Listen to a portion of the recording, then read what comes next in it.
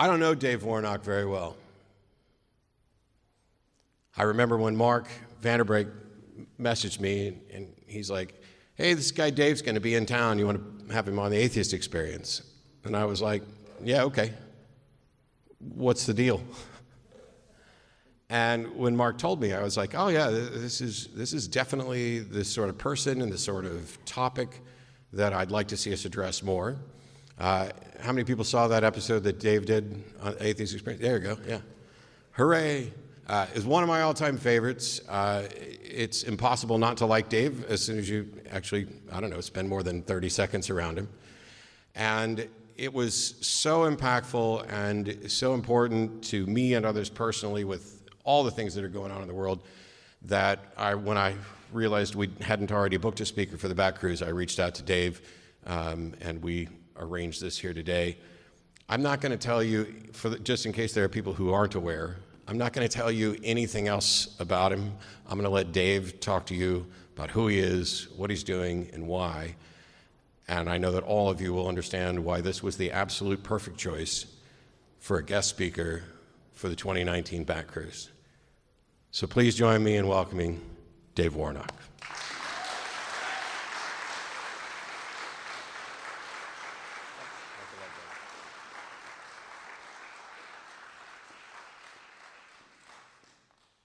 Thanks. Oh, yeah. Until a few months ago, I hadn't spoken in a church in over 10 years. I used to be a pastor. So that was a secular church in Minneapolis, and this is a real church. So this is strange but very familiar. I'm going, oh God, I have a hard time not moving. You're going to hear this like this all. It's going to be normally I'll explain a little bit more as I talk, but normally I would just hold the mic and move around, but I really can't. So I'm going to try my best to stand still. What I'm going to do is talk a little bit about my story and what we're doing, what I'm doing with something we call Dying Out Loud. You'll notice my t-shirt, Bevan, Marie, some others have, Marie's back there with the camera. She's got a ubiquitous camera. And it's a thing I'm called Dying Out Loud, and you'll know a little bit more about that as I talk. But I'm going to tell a little bit about my story, and then I like to do Q&A because I find that the more interesting things are talked about when you're actually responding to things that people have on their minds who are listening to you, rather than you talking and expecting everyone to listen to what you want to talk about. So I would rather hear what you want to hear, and then we can do a little Q&A dialogue. I have no intention of spending the whole 4 hours that we have here, or 3 hours, or whatever it is. But I'm just going to tell a bit of my story and Q&A. So as I'm talking, if you do have a question that occurs to you about what I'm speaking, then just you feel free when it comes time to voice that question. I had an incredibly good time last time I was here a few weeks ago, a couple months ago, doing the shows with Matt and Eric and Dan. It was just a blast. I got to meet a lot of the people in the atheist community here, and so it was a real thrill for me to get to come back, and especially to see the bats. I didn't know that was a thing until the last time I was here, and then I realized it's really a thing. And I went to have breakfast this morning, and they have bats on the wall, and I'm thinking, okay, it's, every city is known for something, so it's fine to be known for this, I guess. But so as I mentioned, I was a Christian. I was an evangelical Christian for the better part of 3.5 decades.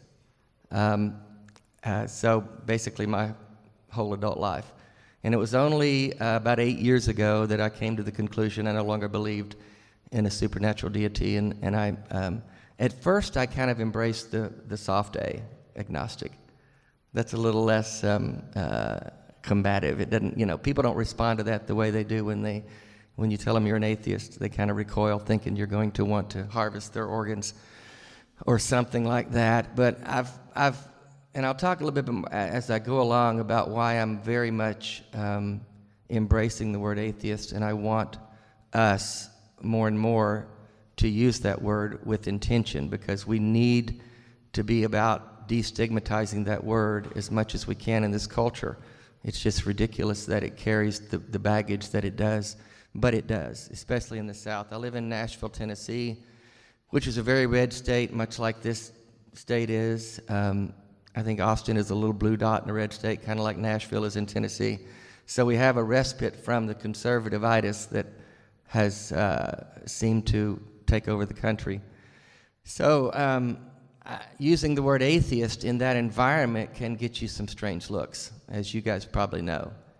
But if we don't start doing that more and more, it's going to continue to carry the baggage that it carries, and it just simply means we don't believe in God. That's it. And I've told Christians many times before, you're just as much an atheist as I am. I just believe in one fewer God than you do. That's the only difference between us. They're an atheist when it comes to Thor or Muhammad or any of the other gods that people embrace around the world and through history. So it's not a bad word, as you guys know. So my deconversion happened about 8 years ago, and I began to live what I call my best life. I began to embrace who I was as a secular humanist, letting go of the fairy tale that religion was, and letting go of the ideology that I'd held my whole life. And as I've gotten further and further away from evangelical Christianity, first of all, how many of you, I'm assuming most of you in this room are atheists.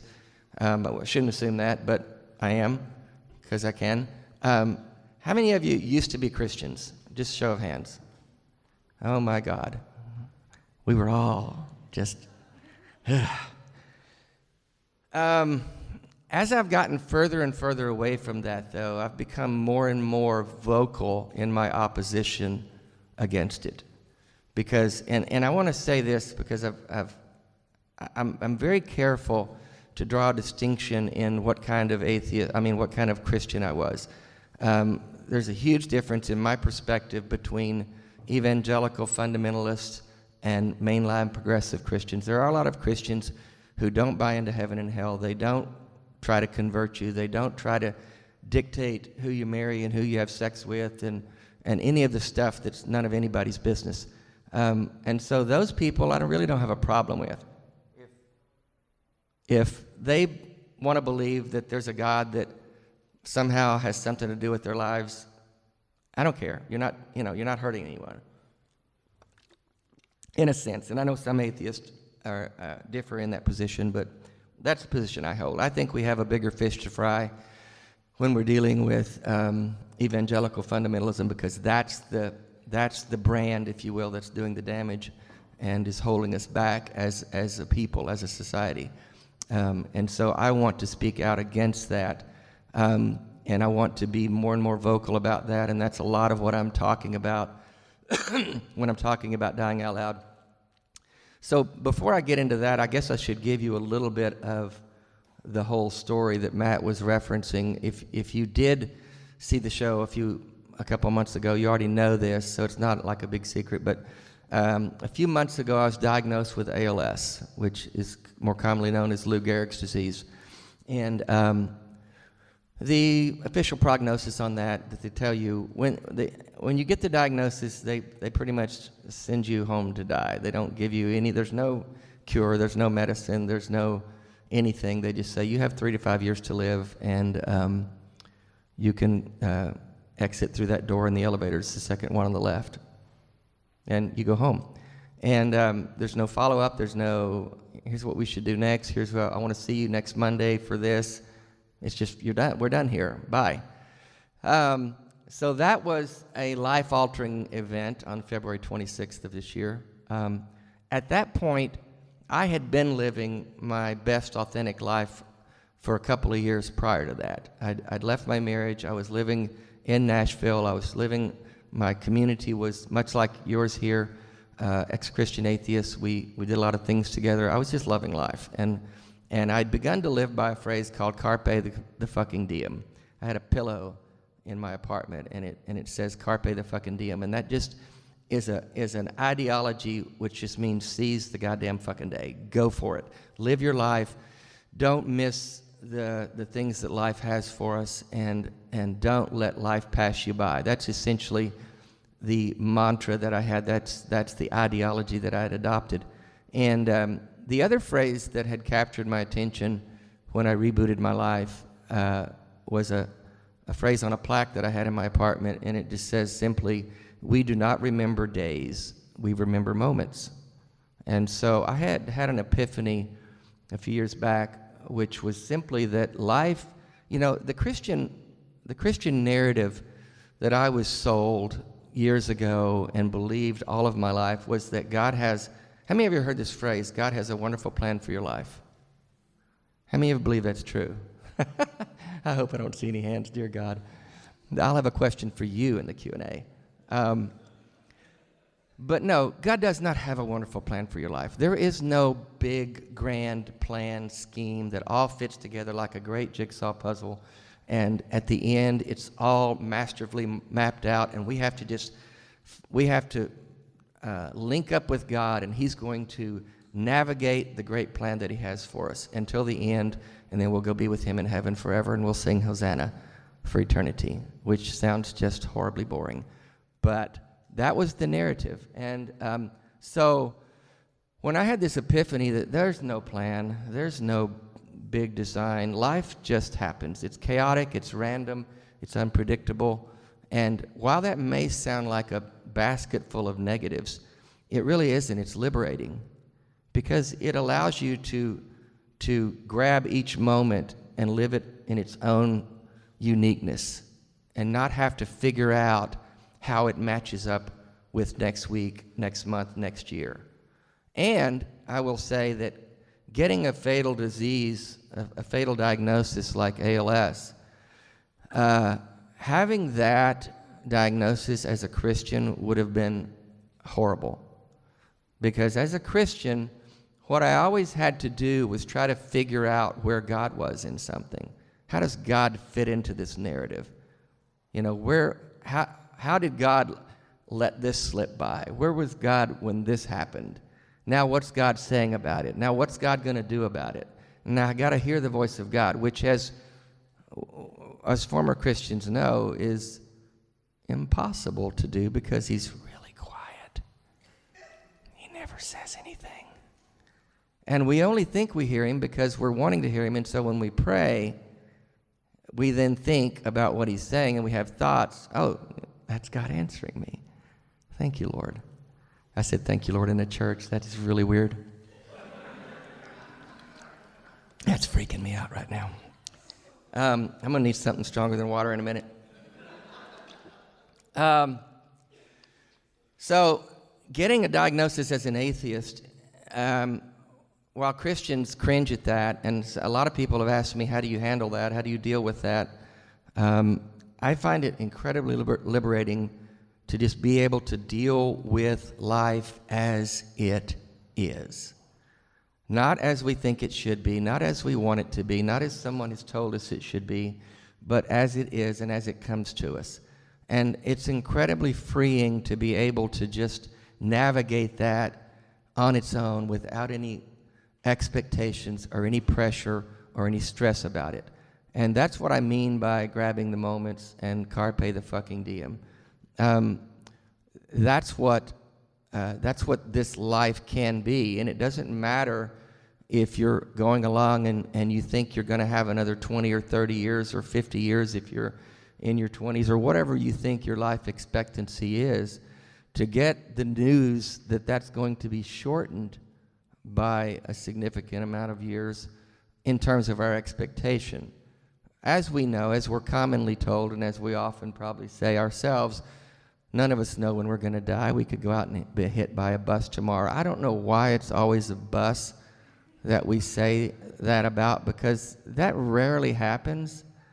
It's usually something else. So where in the hell did that come from? Would someone research that and get back to me on that? Because that's right now bothering me, just this moment. I've never thought of that before now, but it's really bugging me. But it's true. We don't know when our end is. And so, yeah, I thought I had another 20, 30 years. I'm 64. So, life expectancy, I'm fairly healthy. I'm real healthy other than having a fatal disease. Look at me in the picture of health. I figured I had a lot more time, right? So carpe the fucking diem and let's go. And then, like I said, February 26th, all that changed. And I realized I was living the life I wanted to live prior to that day. So what I did that day, or really very soon after that, I was working in the insurance business. I had meetings scheduled. I had clients I was working with. I tried to do that for a week or so, and I just realized, you know what? My head is not in this game anymore. I cannot do this. I've got to shut this down. I've got to really mash the accelerator down. Whatever I was doing before that, I started doing it on steroids. And I thought, I'm going to travel as much as I can. I'm going to do the things I want to do. I'm going to go see the people I want to be with. I retired from my business. I told my ex-wife I'm not paying her alimony anymore. That was fun. But I was going to need that money to live on, and I just said, if you have a problem with that, deal with it, because it's just how it's going to be. And I sold all my stuff. I moved out of my apartment and with some friends, and I started making plans to really trim the sails and lighten my load and just live life to the fullest. And so as I started doing that, Marie LePage, my assistant here, say hi, Marie. Yeah, no, I'm going to them say it to you. Hi, Marie. So she took it upon herself to become my assistant, and she started reaching out to people like ACA and podcasts all over the country, all over the world, Unitarian churches, Sunday assemblies, Oasis, things like that, and just started booking me everywhere and talking about this stuff. And when I started doing that, I started realizing that what I'm talking about is having an impact on people. And originally I thought I'm just going to live for myself and do all the things I want to do as fast as I could, because the nature of this disease is that it will gradually waste away my muscles. So right now it's pretty much in my hands. That's why I can't walk around and hold a microphone. My hands get tired. My arms get tired. So my mic would be down here like this by the end of this talk. And so I'm just going to stand here, which is really hard for me to do. So that's the nature of this disease. So I'm kind of in a hurry. Everything's expedited. Everything's urgent for me. I've got a limited number of days. Traveling is hard. Everything takes longer, from taking a shower to getting dressed. It might take me 15 minutes to button my pants. That's way more information than you needed. But that gives you an idea of the nature of the disease and the trouble that I have. It's not to get you to feel sorry for me. It's to magnify the concept of why I want to do this as much as I can, and because there's going to come a time soon where I really can't. It's just going to become really problematic and difficult. So, but what I'm finding is I'm talking about dying as an atheist, and that's the gist of the dying out loud message, is that what people are hearing is that life is beautiful. Because as an atheist, my understanding is when I die, I'm done. There's no afterlife, there's nothing next, there's no eternal bliss or eternal damnation, and that's a good thing. And it's just done. Lights out, curtains closed, we're done. It was a good run, we did the best we could, that kind of thing. As my former life as a Christian, the alternative was what we focused on. This life is just a warm-up for eternal life. Anybody used to believe that? This life is just like a preseason football game. It doesn't really matter. Doesn't matter who keeps score. It's just warming up. And so it's all about eternal life. It's all about eternity, where we're going to be, heaven or hell. And what that does, by default, when you focus on what's coming or what you think is coming, you're going to diminish what's here. This is going to have less impact on you. And so I found that the Christians in my life can't relate to this concept of nothing after. And they can't understand why I'm not afraid of dying. They can't understand why I am okay with it. I'm not okay with it, but I don't want to die. but I know I'm going to, and so what I'm more afraid of is not living. What I'm more afraid of is missing moments that I can capture, that I can enjoy, that I can appreciate, and being too caught up in looking for something else to enjoy what's here. So the narrative that I lived most of my life, that's the reason that I'm really getting more and more vocal about my opposition to it. Because think about this narrative. Here's the narrative that I was sold and bought into for 3.5 decades and taught and preached. Much of the time in my 35 years as a Christian, I was a pastor on staff at churches, preaching, teaching, baptizing, marrying, burying, doing all the stuff.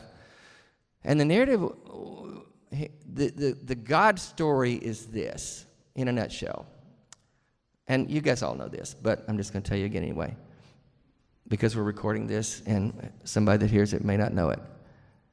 God was bored in heaven. God had been around for eternity, right? He was bored. The Father, the Son, and the Holy Spirit, they're hanging out. Angels are there. A third of them rebelled when Lucifer got pissed, and then they went to the earth and became demons. This is all true, y'all. And so God was bored because all he had was the Trinity partners and the angels, and he wanted people to fellowship with. He desired fellowship with us. So he created Adam, and then he saw that Adam was alone and horny, and so he decided Adam needed a woman, and so he made Eve, and that's when the trouble started. Ladies, sorry. It's just what's true, and we can't fight it. And so Eve ate the fruit, and then all hell broke loose, right? And so that's the narrative. That's how we got from there to here. But the problem with that is in that scenario, you've got a God who is so narcissistic and such an asshole that he's willing to create millions of people throughout the course of history. Of course, he knows all this since he's got foreknowledge and he's omniscient. He's willing to put millions of people in uncountable suffering and pain throughout history. Children, a person I know whose friend has a 9-year-old who died of childhood cancer just a few weeks ago. God's okay with that because he was bored and needed fellowship, and he needed to create a species that would free-willingly worship him for eternity. That's pretty narcissistic, if you ask me. But that's the God that we were told we should worship and we should bow our knee to. And I've said, and I heard Matt say it recently, maybe on the show we were on, if you were to even be able to prove to me that God of the Bible existed, he was real, I wouldn't worship that asshole for a second. I mean, it's just horrendous, that concept. But that's the narrative. That's the Christian narrative in a nutshell. And so I'm really getting as much more vocal than I've ever been because I'm running out of time and I'm all out of fucks. So I am speaking out more and more against that, not to mention the concepts of the fact that the Christian narrative also includes these beautiful nuggets. You're born as a dirty, rotten sinner, and there's something wrong with you right out of the gate. The exclusivity of faith, wherein the Christian faith, your evangelical Christian identity is the only right one, and every other one in the world is wrong, and you either need to convert them or they're going to go to hell. The idea of hell itself, really? That this God would create a place of torment for people who simply chose to not believe in him? Good people? I mean, my own mother, bless her heart, she's a little Jesus freak lady. She's 85 years old. She's about this tall. And she's very concerned that I'm going to hell. And I understand that because her theology tells her that that's true. But she knows me, and she knows I'm a good person, and she knows I'm a good son, and she knows I don't deserve to spend eternity burning in hell. But yet, her theology indicates to her that that's what's going to happen. So she's very concerned that I've left my faith and that that I don't believe the right things. And every now and then she'll send me a message like this: Dave, I know you think you're an atheist, but I'm really praying for you to return to God. And I'll respond like, Mom, I appreciate that, but I'm really okay. And her response will be, well, you're not okay if you're not in the kingdom of God. And I'll say, nah, Mom, I'm really okay. I'm very happy, actually. Well, no, you're not. And I'll just finally say, Mom, I love you. We're just going to have to disagree on some things, aren't we? And she'll go, and I'm sure double down on the prayers. But I get it. And she's one of these people, like you've all met, who are just simply better than their theology. And most people in that world are better people than their theology says. It's the theology that sucks. The people are, by and large, good people. They're just trapped in that mindset. And so we have work to do, and you guys are doing it. You guys are doing it better than most anyone I've seen. You've been doing it for years here, and speaking up about this stuff, and speaking out against these things, and answering questions. And I've met several people personally since I was here last on the show with Matt, and they reached out to me. They live in Nashville. We didn't know each other, but they heard me here talk about living in Nashville. They reached out, and now we're hanging out, and they just simply needed community. They needed connections with people that could understand what they have experienced in their deconversion. And several of them have said, this one guy, Nick, he'll be watching tomorrow, and he said, tell Matt he changed my life. Matt, you changed Nick's life. So, yep. And he said he watched Matt's show for years as he was sorting through this is what it was funny. His son was losing his faith, and Nick started watching debates and things to try to win his son back, and he realized, oh shit, wait a minute, I'm wrong here. Oops, that backfired. So this kind of stuff's important, and there are people out there needing for us to ask the questions, for us to talk about this stuff. So go ye into all the world and preach the gospel, the real truth. Because I'm running out of time, and I've embraced that. I'm okay with it. I'm just trying to do as much of this stuff as I can. The messages I get from people are heartwarming. I get emails and messages from people literally all over the world now as we've started doing, and that's why we've got merch, y'all. This is funny. Everything has kind of happened organically. I didn't sit in a strategy room and map out a marketing plan about how to die. I just started doing it and talking about it, and things just kind of took on a life of their own, and I'm just trying not to fall off the train here. Marie tells me where we're going to be next and what time to be there, and I just, okay, I can talk. That's about all I can do. I don't have any other talent, so I just talk, but it's making a difference. Like, for instance, the way the T-shirts came out, I got to tell you all this. This is funny. This guy in Oregon, I think he heard me on this show or maybe a podcast or something, and he sent me a message, and he's been dealing with cancer for a few years, and so he said, "Man, your message really hit home. Dealing with life-threatening illness, and how do you face life, and how does life have meaning, and the things you've been saying. I've been binging your shows, and it's resonating with me, and thank you so much, and you're such an inspiration." And people keep telling me this, and I'm starting to believe it because it's weird. And then he said, and he had a picture of himself, and he had a WWDD T-shirt, and I got to explain what that means. So pause that story right there. WWDD. So shortly after I had, and this is what this shirt has. So WWDD. Y'all know what WWJD means? Huh? What would Jesus do? Okay. So WWDD means what would Dave do? Yeah, I'm comparing myself to Jesus. Yeah, you went there.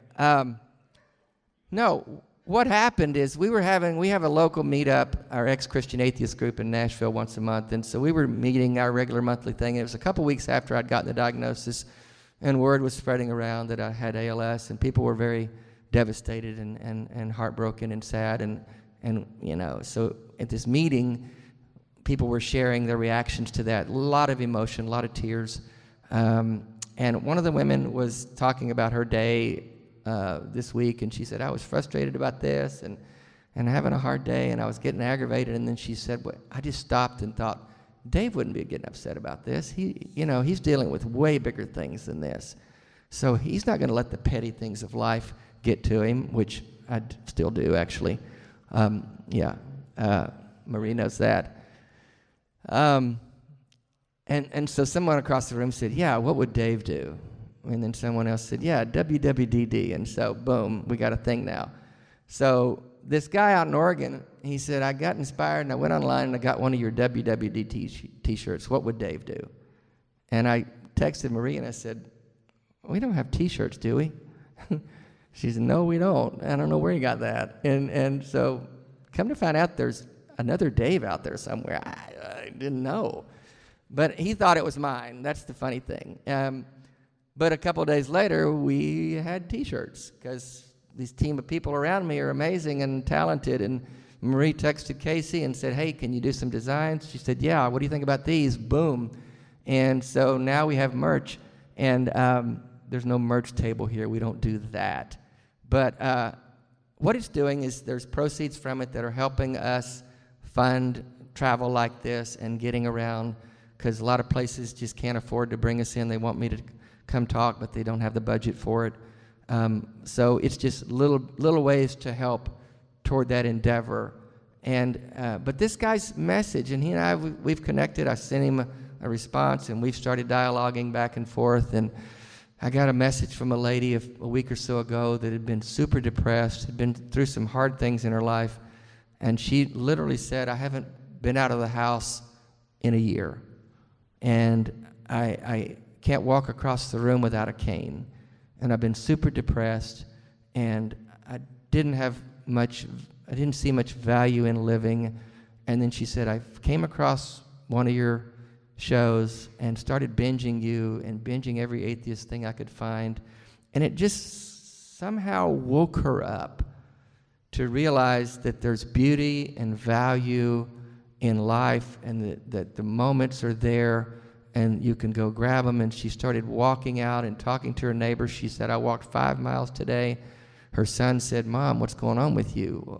And she's gotten to be a part of our online community, our virtual family that we do through the wonders of Facebook. And it's literally made a difference in how she views her life. And those are just 2 examples of dozens that I've gotten that are that have that kind of substance to them. And so all of that to say, my original plan to just live for my own pleasure and do as much as I can, as long as I can, and go around the world and be with people and do shit just for my own benefit, that quickly faded in the background when I realized that I could, by talking about dying and talking about living and looking at it square head on and helping people deal with the realities of death and the realities of life, and how do we manage those things, how do we face those things, it has just made a difference, and I'm incredibly thankful for it. And that sounds odd to say. I'm not thankful for ALS because I don't wish that on my worst enemy. It's a horrible disease. It's going to get really sucky, and I don't know when, and it's going to be bad. And I'm aware of that. But I'm thankful for the window of opportunity I have to make a difference, because I realize not many of us get an opportunity to make a mark in the world, to leave something behind of substance, of value, of meaning. And so I'm looking at it that way, that if I can talk about stuff that helps people in a real way, connect themselves to life in a better way, and prepare for death in a better way, then I'm more than happy to do that, and I would take that on gladly. And so we're going to keep doing this. We're going to Kansas City, Houston, Pittsburgh, Philadelphia, probably eventually Toronto. I don't know where we're going. It just keeps going. And so I'm going to do it as long as I can. I'm working on a book, and we're actually got some real plans in place to do a documentary. The other part of this story that I will talk more about as time goes on is how to die, because we've got a real problem in this country with not letting people die with dignity. And my personal opinion on that is that we should let people who are dealing with stuff like this take matters into their own hands when they deem it's appropriate, as long as it's in their right mind. Thank you. And, oh, God, I almost dropped my phone, which happens regularly now. And so we're going to talk more about that, and that's going to be a big part of the documentary that we want to talk about, because my personal opinion on that is that the reason that it's not legal for people like me to end things on my own terms is Christianity. You know, you can't play God, that kind of language. Well, that's bullshit. People play God every day. In fact, I am God. I'm my own God, and I'll do whatever the fuck I want with my life. So there are places I've been in touch, a group I've been in touch with that'll help me do that when the time is right. But I'm not in a hurry for that. And that the line I draw where I say, okay, I've had enough, that may move. And I get to move it if I want to. But I will know when the quality of my life has been reduced to the point that I'm no longer satisfied with that. But right now, the quality of my life is amazing. I get up every day, and I'm so energized to be doing this, to be connecting with people. It's just been a mind-blowing experience, and so I want to keep doing it as long as I can. If you guys want to connect, if you're not connected with me yet, it's Dave Warnock Dying Out Loud on Facebook. What else, Marie? You see how little I know about how to manage my life now? That's the best way to connect. You can find my Twitter and Instagram and all the things on there, and follow along in what we're doing. Support it if you want to, if you feel like it's valuable. But if you know people that would benefit, like I got a lady that I met in Nashville last week in the secular community there, put me in touch with her best friend who lives in New Jersey, who just got diagnosed, or isn't diagnosed with ALS yet, but thinks she has it. And so we had a nice talk a couple days ago, and it really encouraged her, just talking with someone who understands. Sometimes that's all it takes, y'all. Just being there for somebody in a way that connects them beyond just normal human interaction, some connection. So that was helpful. In fact, I think she's going to come to Philadelphia when I'm there in November. So that's what we're doing. So what I'm going to do now, because I'm getting tired, is I'm going to sit here, and we'll do Q&A as long as you want, or as long as I want. One of the two, whichever comes first. And so I don't know. We probably don't have mics to pass around, but I can probably hear your questions. Oh, you do?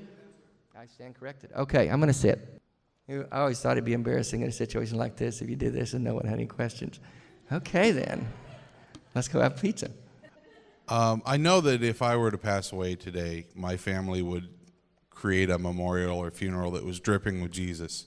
What are you doing to make sure that those who are left behind when you pass follow your desires as far as that as your ceremonies or whatever are concerned? Good question. Thanks. Yeah, I will not let any Christians in my family sabotage my funeral. In fact, we're going to have that before I die. We're going to have a living memorial service. You're all invited. You know, I'm egotistical enough that if people are going to come to a memorial service and say wonderful things about me, I want to hear it. So we're going to do that before I pull the trigger. And that way there will be no chance of any of the Christians sabotaging it and saying things like, God got to him right at the end. I think I was in the room with him and he said a quick prayer, so I think he's okay. No, we're not going there. So, but I would encourage you, if that's a concern of any of you, you can make legal documents that says this is what I want, this is what I don't want, and make sure. And I've got people, my friend Cass and other people. We've got what we call a death squad in Nashville. The kind of people I'm surrounded with I'm overwhelmed at the way that my friends have rallied. And this is an example of a moment that happened shortly after the diagnosis. A couple of my friend Cass, wave your hand, Cass. Yeah, he's here with me from Nashville, and he and a couple other buddies of mine, all four of us, I believe, ex-pastors, ex-clergy. Yep. And we're out having a drink and watching a ball game. It was in March, during March Madness, so it was shortly after diagnosis. And Brian, one of the guys in our close inner circle, just leaned in and said, "Dave, I just have a question." And he was emotional when he said it, and I get emotional when I think about it. He said, "I want to be there with you at the end. Will you let me do that?" And he's talking about when I breathe my last breath. And I said, "Are you sure you want to do that?" And he said, "Yeah, I'd be honored." And then Cass and Eric both said the same thing. "Yes, me too, me too." So these three guys and a couple others we've now formed the Death Squad, and what that means is we are putting plans together and plans in place for how I'm going to do it when the time comes, with the organization that I'm in touch with, called Final Exit Network. If anybody ever needs help with that, they're pretty amazing, and I'll be glad to share with you what I've learned. But we're not going to let anyone dictate how my life ends or how how my life is celebrated. That's just not an option for me. It's that important that I do it on my terms, and so we're going to have that in place. This shit's getting real, y'all. I don't have a question per se. I'm just thankful that you brought up the fact that we have a really poor system in place for death with dignity, and I applaud you for your efforts. I am a member of Final Exit Network. Oh, good. And I live in Arizona. I one time got a new doctor, and I asked her if I was in bad shape and wanted to die, would you finish it for me? And she said, "I can't do that in this state." I said, "I know, but if you could, would you?" And she said, "Well, I have to think about that." But I thank you and applaud you for talking about that. That's a very important thing in our society. Yeah, it is, and we got a problem here. I could talk a long time about why I think things are like they are. I think, as with most things in the country, it has to do with money. But people are staying alive much longer than they even want to, and that's a problem. And so, yeah, and we got to start talking about this stuff. It's not going to get any better unless we do. Yeah. Working you out, man. So my question is a kind of a practical thing. I would imagine that through like all of these great things, they're still waking up and your brain telling you a bunch of negative and horrible things. So my question is like what kind of techniques do you use, or what practical things do you do to get through those everyday type moments? Prayer.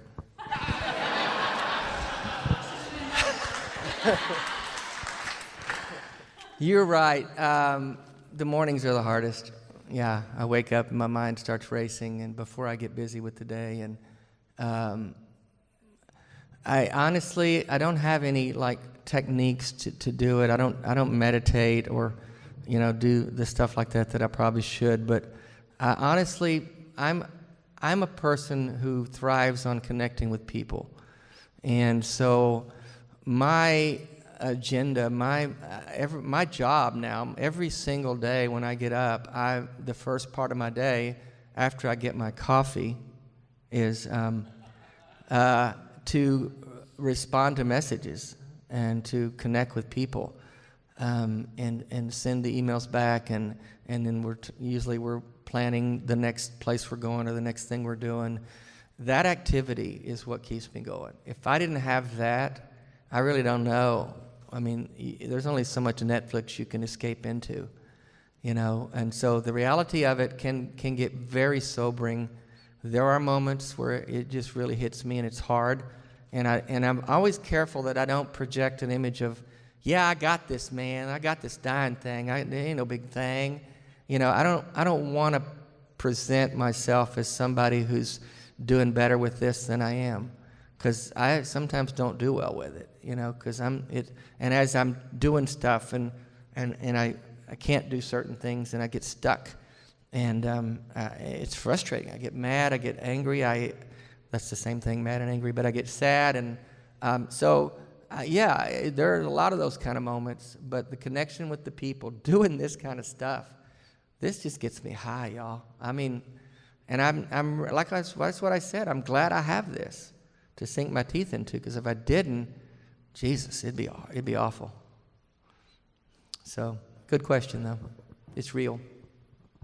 Hi, Dave. Just wanted to thank you for sharing this with everyone. I know for a lot of atheists and people kind of transitioning out of various faiths, the death thing is very hard to think about and contemplate what might happen. So thank you for being so open with that.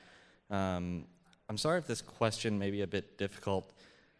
If you were to find out tomorrow that you could have a cure, just no doubt there is a cure, what does the rest of your life look like after you have that? How do you carry on with the kind of thing that you're doing right now of living this full life and even educating people about dying with dignity and those sorts of things?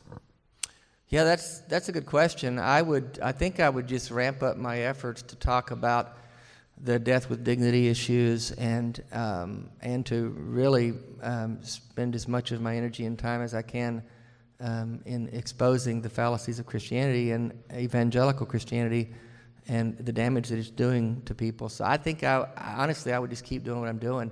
It would just be a lot easier.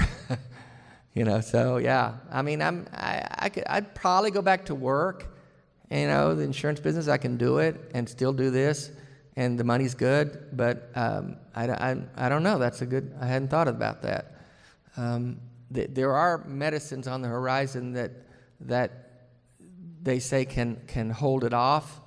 In other words, it won't make it better. It won't make it back to what it was, but it'll kind of arrest the progression of it. So I'm hopeful that that's not too far around the corner, if that's true. But I just keep doing this. This has become my passion, talking about these things.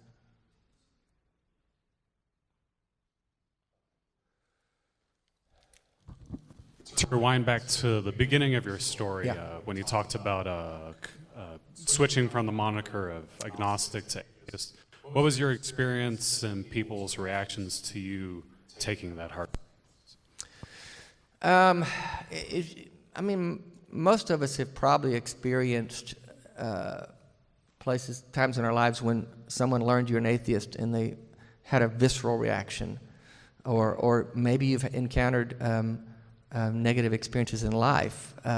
Recently, I learned that during my career in the insurance business, I was a manager. One of my managers did something to me that hurt me financially and made a change in the hierarchy, and it cost me a lot of money, and no one could ever understand why he did that. And then I only learned recently through a colleague of ours that he had told this to, that he came into the office one day and he said, "Did you know that Dave Warnock is an atheist and a liberal?" And he said, "He's not one of us. He's not who we thought he was." And then he made these changes, and I don't know why he thought I was anything. We'd never talked about any of that. And so, yeah, people experience negative consequences just because they claim to be an atheist. And so I think the reason I used agnostic early on is because I had family members who were estranged from me and still are, and I was trying to keep things a little bit under the radar, keep things a little bit soft, in hopes of having a chance of reconnecting with them. And as the years went by, I saw that wasn't going to happen. And so I began to just say, you know what, I began to advocate for the word atheist because I'm really tired of seeing the negative consequences that people experience because they simply have that label attached to them. And so it was a process of me just getting tired of and aggravated with the cultural baggage that we all have to deal with that word. So I'm just saying, no, we got to start talking about it. We got to start saying it out loud. And I mean, like I said, you guys have been doing it. A lot of people have been doing it a lot longer. I'm a little late to the party in many ways. So that's kind of my progression there. Hello. Hey, Over here. Yes, hello. I work in the healthcare field, and I'd like to apologize for that doctor that gave you that diagnosis and just showed you the way out. As a healthcare provider, what would you like to see change in that direction for healthcare providers? You mean in situations like that with diagnosis of terminal illness?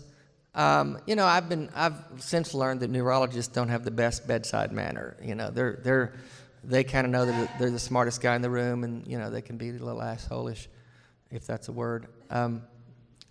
I think the best thing, and some I have experienced this. Other ALS people have told me that their situation wasn't quite that stark, but the best to me is, can you give me a fucking pamphlet or something? You know. Refer me to a counselor, a therapist that I might can talk to, like today. I mean, somebody might get that diagnosis and go jump off a bridge. So, you know, just a little bit of compassion. You know, when you give someone a terminal diagnosis, there needs to be at least a packet. Here's a number you should call. Here's a hotline. Or go see this therapist immediately. You know, we have an on-staff therapist for consultation. You know, just... It's brutal. You know, I just went home and I'm sitting there going, well, shit. Now what? So yeah, compassion. So good old-fashioned compassion.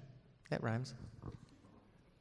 My topic is dovetails with that pretty nicely. I recently went through an experience where my husband died of cancer, and one of the big differences between his situation and yours is that he there's this sort of dwindling hope of Right. some sort of recovery or some sort of life extension and these sorts of things. And in a weird way, you had the sort of benefit of having sort of knowing that the train was coming to an end, Yeah. whereas a lot of folks don't. And I was wondering if you could talk about that a little bit. Yeah, that is a difference. The cancer thing can go in a lot of different directions. In fact, one of my daughters has stage 4 cancer and has dealt with several recurrences, remission, and so on and so forth. So it can be a twisting and winding road, oftentimes with the same dire diagnosis, but with a lot less certainty, and you know there's a lot more attention given to that. So I think the ALS diagnosis is so unique in that it's just this small group of people, this very small percentage of the population, much smaller than cancer, and so they don't give a lot of attention to it. It's just kind of this thing over there that, I mean, I know when I got it, I got the thought of it, and you know it's this thing. I remember not even knowing that the Ice Bucket Challenge was connected to ALS. I didn't have any consciousness of ALS. I just knew they were raising money for something. And so until you are affected by it, you don't really pay much attention to it. That's just kind of the way life is. But having the certainty or the finality of it, it's like early on someone sent me a poem called My Soul Has a Hat. I've made reference to it in several talks. And the final line of that says, we have 2 lives, and the second begins when we realize we only have one. And I love the way that that succinctly captures the reality of becoming very conspicuously conscious of the fact that this is it. And this is it with a very short window left. And it just allowed me, with the cancer, see, the difference I think that I see is I would have been scrambling around figuring out what to do here, where to go here, see this one, see that one. With ALS, it's just like, okay, let me focus now on living instead of scrambling around trying to stay alive. Let me focus on this life and the short bit I have left of it. And that's not to say I don't give attention to possible medications and treatments and looking at different doctors that might be more progressive in their thinking. I will give attention to that, but it won't be my focus. My focus will be on carpe the fucking diem.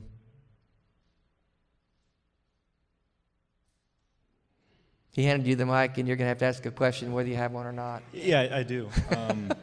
Oh shit, not used to hearing my voice like that. Yeah. And this may be too personal of a question, so feel free to answer. There's not one, trust me.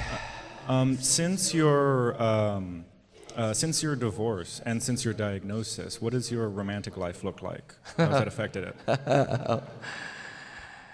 Oh, that's real personal. I have an active romantic life, yeah. I initially thought, okay, relationships are off. And then I had one, and it went well and then didn't go well. And so I'm kind of back to that place of, okay, I'll just have romantic relationships that aren't relationships. I don't know. I don't want to get any more anatomically detailed than that, but it's fine. I enjoy that part of life, and that's an important part of life for me and always has been. So, yeah. Did that answer your question?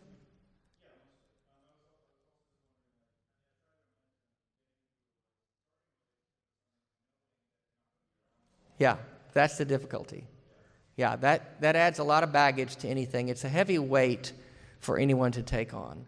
That's the problem. So that kind of changed how I look at that, in a sense, yeah. I never was really good at long-term relationships anyway, so it seemed to be problematic for me. I have a bit of commitment phobia, maybe. I don't know. Hey, Dave. How are you? Hey. So you were surrounding yourself with other atheists for support, but one thing I haven't asked you yet is, are you reaching out in the Nashville area and finding other people with ALS to talk to and go through this with? Have you thought about that as well? No, I am connected with a group online that I don't know any locally per se, but I am connected to a group online of ALS people that we've had some online interactions, and I met some of them at a rally that Bevan and I went to months back about trying to protest FDA being so slow to approve some possible drugs that are helpful. So I've connected with some of them that way. I have had some reach out to me in the last few months after hearing podcasts and seeing me on shows, and they've reached out and wanted to connect, but none locally. So, yeah. I would, if but it's kind of hard to find them. I mean, it's not like something you can put out there. Anybody else? Hello, sorry to interrupt. Where are we at? So this sort of goes back to a couple questions gotcha. ago. You were talking about how having that finality enables you to focus more on the life that you have now. There are a lot of situations in life, I mean, yours is just one example, where there's a thing that you know that's definitely going to happen, and you want to try to not let that take over your mind. Mm-hmm. And it's one thing to sort of say, like, don't let it take over your mind, but how do you actually, like, what are some tactics to stop thinking about a thing I mean, I don't know if you have like OCD or something like that kind of thing, can just keep on going and going. And I guess that depends on if you have, you know, a disorder like that or not. But how do you let it go? How do you not think about something you don't want to think about? Don't think about the elephant in the room kind of thing? Yeah, I don't know. I don't, like I said earlier, I don't have any meditation tactics or other than prayer, obviously. But I think it's just for, every person has to. I would obviously recommend therapy. I'm not in therapy right now. I have been in the past. But there are tools there for people to help refocus the mind on something that's not a negative focus. And for me, like I said earlier, it's the connection with people. It keeps me energized. And then there's bourbon. I like that, helps a great deal, way more than prayer. But I think that answer is probably very individualistic. It's going to be different for every person because our minds are wired so differently. And some of us have a hard time reining in the thoughts and not going down a road where we don't want them to go. And I will, like I said earlier, my thoughts will go down that road occasionally and it will get really dark. But usually there's some human connection around. There's some place that I can refocus, and it's usually has to do with connecting with humans, and that's been that's what medicates me and keeps me a bit grounded and centered. So as we're close friends, he lives with me, and I think we know that compartmentalization and the denial of death is like a human, everybody's affected by that and tries to do their best to compartmentalize that horrifying thought. But having Dave as a friend, but let alone in my house, living with me, I don't have that luxury of compartmentalizing my impending death anymore. And it's affected my children and my wife and everybody in the Nashville community that is associated with this. That's why the WWDD came about, is like it's changed how we see everything. And one of the ways is the emphasis that you put on moments. And for me, watching you, to answer your question and some of these other questions that he didn't really get to, I watch him cope with this, and he listens to a lot of music, and he smokes a lot of cigars, and he sits by himself outside, and he's oftentimes just looking off into the stars and the moon and listening to a good song. And so I just wanted to say that I know that the arts, paintings and pictures and music and poetry have really impacted, and they all become more important. And I think that's the other thing, is that important things become really important, and things that aren't important really fall to the wayside, and that's that out of fucks thing. But thank you. I mean, it's changed my life to be so close to you.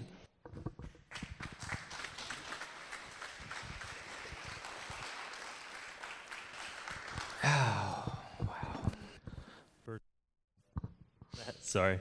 First of all, I just wanted to say that your message is beautiful, and thank you for speaking out today about it. It's something a lot of people don't really think about, but we really need, as a society, to look at our lives as a whole as a one-time through, and to know that we own it, not some higher deity that may or may not exist.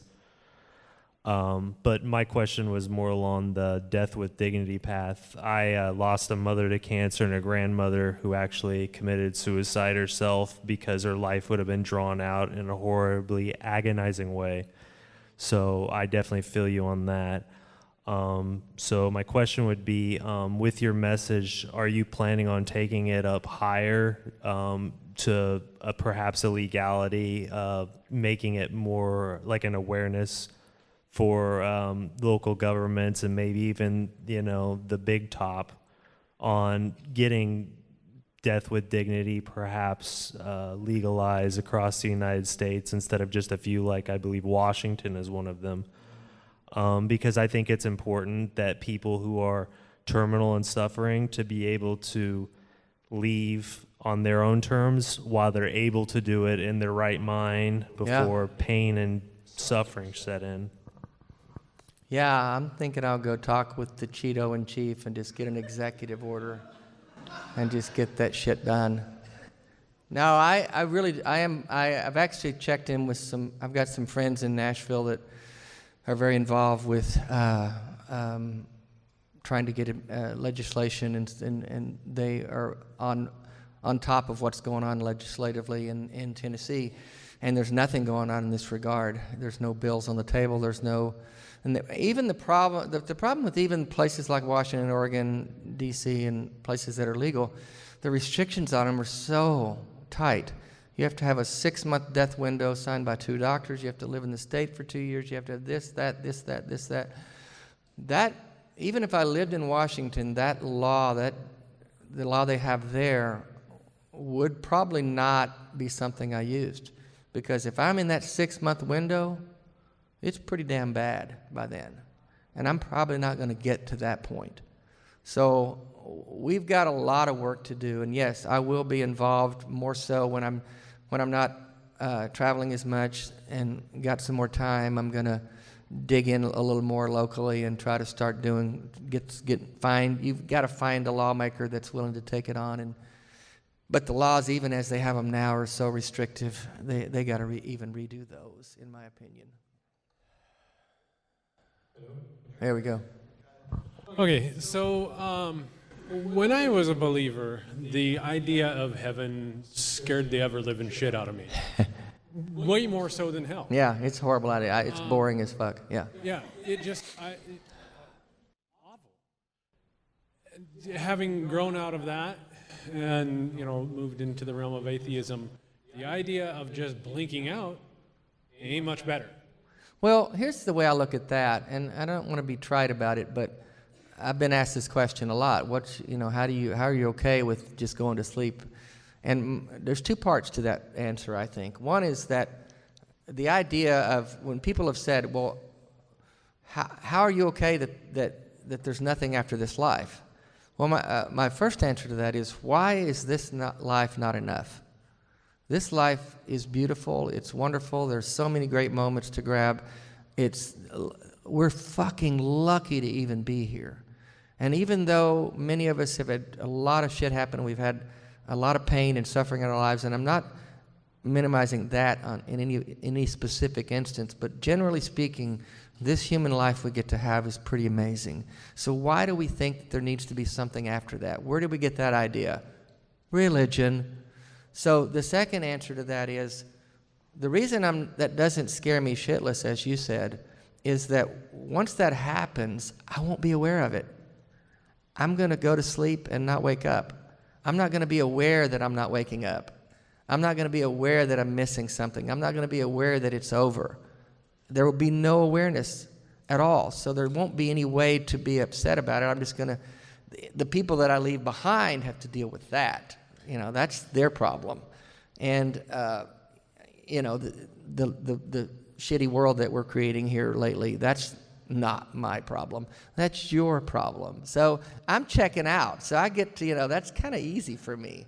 But I get what you're saying, and I think a lot of people have trouble with that because of when you were a believer and all this underlying ideology about an afterlife, and now when that's taken away and there's nothing to replace it, then you're kind of going, whoa, wait a minute, that's heavy.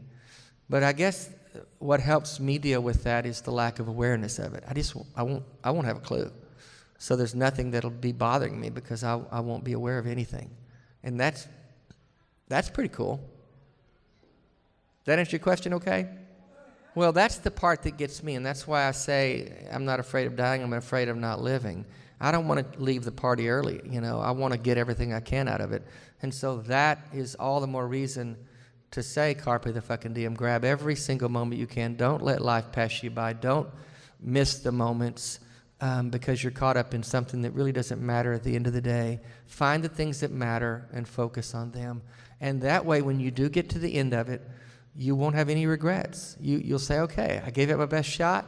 I went for it. I didn't leave anything on the table. And we're done. And that's a life well lived, if you ask me.